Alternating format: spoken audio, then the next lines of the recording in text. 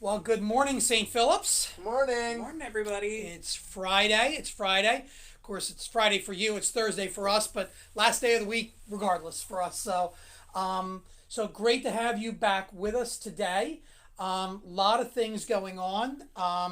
John, we Yeah. had reminded people yesterday about some of the things of small groups. Small groups, yep. So if you haven't already, please still be on the lookout for an invitation from your small group leader to the meeting for this week. We're going through a lesson plan on the book of Micah. So we're going to be keep kind of rolling this forward as a way to kind of get our sense of normalcy back, of using Zoom to regularly meet as small groups and to just be social together, to find social nourishment in this time of social distancing. So we're going to keep things rolling for the rest of the semester. We've got a couple more lessons, and maybe even having groups meet after we're done with our semester, just as a way to stay connected, to continue to be church and the body of Christ together. So be on the lookout in your email from things from me and things from your leaders. I think that's really important in this time because I think, as I've said before, I don't think there's any more important time for us to be the church together than in this time. And so it's really hard when you have to social distance. You need the church. You need the presence of Christ and the presence of other believers around you, and to be able to immerse yourself in that which gives hope and life in a time when that's kind of hard. Yeah, and, So and even I know almost all of us are looking at screens way more than we're used to, but I think the weight of needing that time together is worth staring at a screen for another 35, yeah, 45 hour yeah. a day. And I can't reiterate how much John had his pub theology on Tuesday night, and the energy from people, just so happy to see one another and to connect with each other was, I mean, it was palpable. It was hard to rein all of you in. I had to tell you that. True. Shout out to Ryan Myers for allowing me to participate. There was the youth group one too. So Stephen was in spirit in the youth group one. So Ryan Myers, shout out to you. Um, uh, but being connected and everything is also why I started the study that I'm going to be leading. In addition, I know people have a lot of extra time being home right now. Going to have 4 sessions a week on a program called In the Meantime, which talks about where God is in times like this and how we respond as people of faith and how we see God. So it's a video-driven series. It'll be over Zoom, and there was an email sent out a couple days ago to you, just giving you a link so that you could sign up on Sign Up Genius, filling up different classes. If they fill up, we'll talk about adding another one in there, but try to fill up the ones that are there, and we'll kind of move from there. So, you guys ready for the day? Yes. All right, let's rock and roll. And of course, this is going to give me trouble now. We are going to do Psalm 16. John, you got a Bible? Because this is going to not work for me right now, which is not a good. Do you have a Bible there on that? Beautiful shelf? technology. Oh, wait. I got it. No, I don't. Don't got it. Sorry. Pause. All right. You got it, John? Yeah. Psalm 16. Keep me safe, O God, for in you I take refuge. I said to the Lord, you are my Lord. Apart from you I have no good thing. As for the saints who are in the land, they are the glorious ones in whom is all my delight. The sorrows of those who increase, who run after other gods. I will not pour out their libations of blood or take up their names on my lips. Lord, you have assigned me my portion and my cup. You have made my lot secure. The boundary lines have fallen for me in pleasant places. Surely I have a delightful inheritance. Oh, praise the Lord who counsels me. Even at night my heart instructs me. I have set the Lord always before me. Because he is at my right hand, I will not be shaken. For my heart is glad and my tongue rejoices. My body also will rest secure. Because you will not abandon me to the pit, nor will you let your Holy One see decay. You have made known to me the path of life. You will fill me with joy in your presence, with eternal pleasures at your right hand. Mine came back up. Yours was a little bit different version. A little bit different version there. One of the things that really jumped out at me in this was the idea, and it's in verse 4, that those who choose another God multiply their sorrows. And it's a small g God in the text. And I think it jumped out at me because I think a lot of times when it comes to idolatry, we think of idolatry in very kind of first century and prior ways, that somehow idolatry has to be something that is some little statue that I pray to, and that represents some deity that I think is out there, some God that I think is out there, who we almost think of it in Greek terms, right?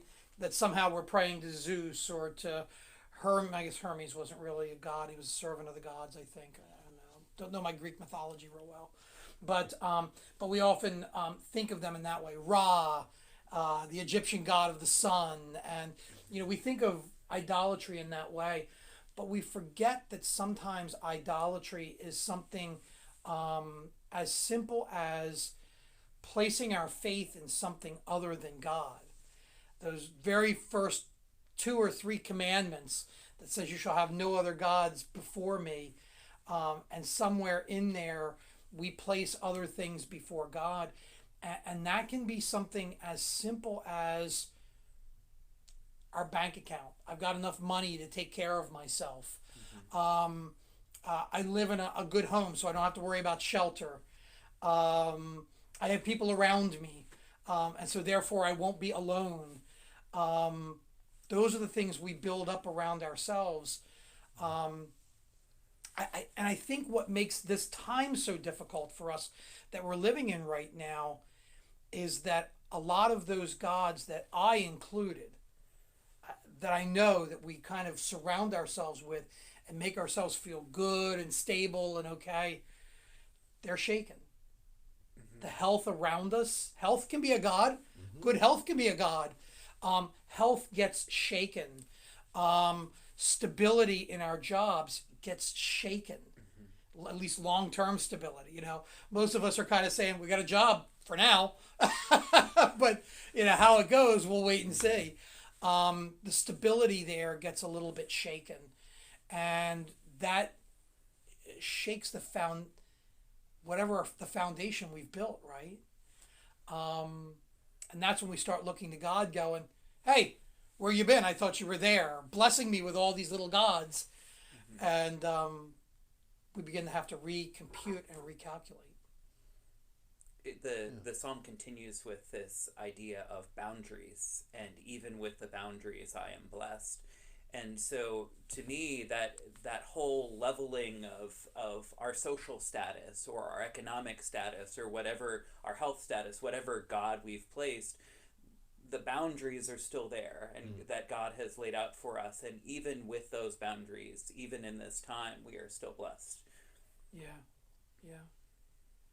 Before we came on camera, we talked about Sheol a little bit. Yeah. You want to talk about what Sheol is? Because we hear that in the Psalms a lot. Yeah. The idea of Sheol. They use the translation of "you will not let your servant go down to the pit" in the version that I read, but the version should be "you will not let your servant see Sheol." And Sheol,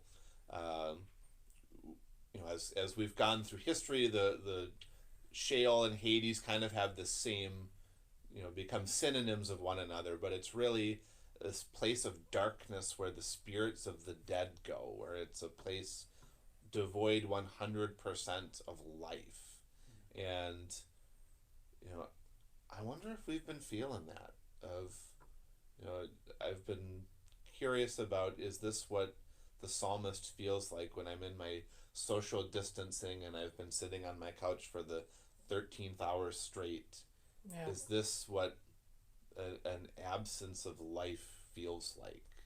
And I think when John talks about absence of life, it's also absence of God, who is our source of life. And so people who find themselves in Sheol often feel that sense of God being far from them. So Psalm 22, my God, why have you abandoned me? the psalmist and Jesus feels the absence or the distance of God.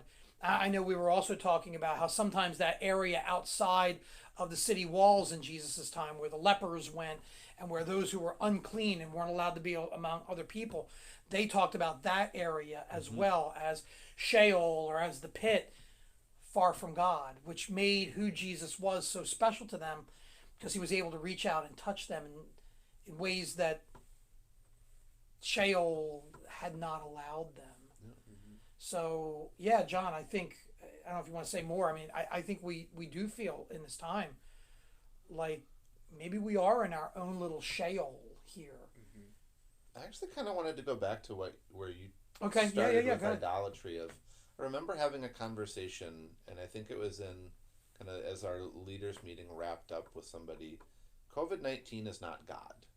That we are not beholden to it as though we worship it and want its favor.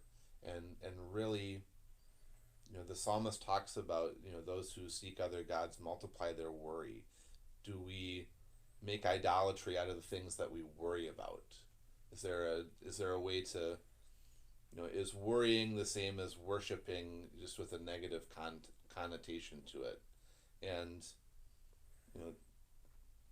I feel like we're kind of in that mode of, maybe it's going to be benevolent to us today, and the statistics will be more favorable, where we won't see a huge increase in cases and death, and we just want this moment of it'll finally be nice to us. And as we sit in that mode, as we sit in our Sheol spaces, we end up forgetting that God's still in the midst of it with us. Yeah.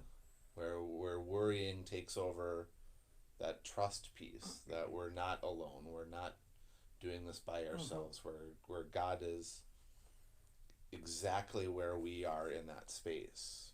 Gosh, I love the way you said that. If we're just nice to the COVID-19, if we just keep our distance enough and do all the socially right things, COVID-19 will be nice to us and bless us and go away.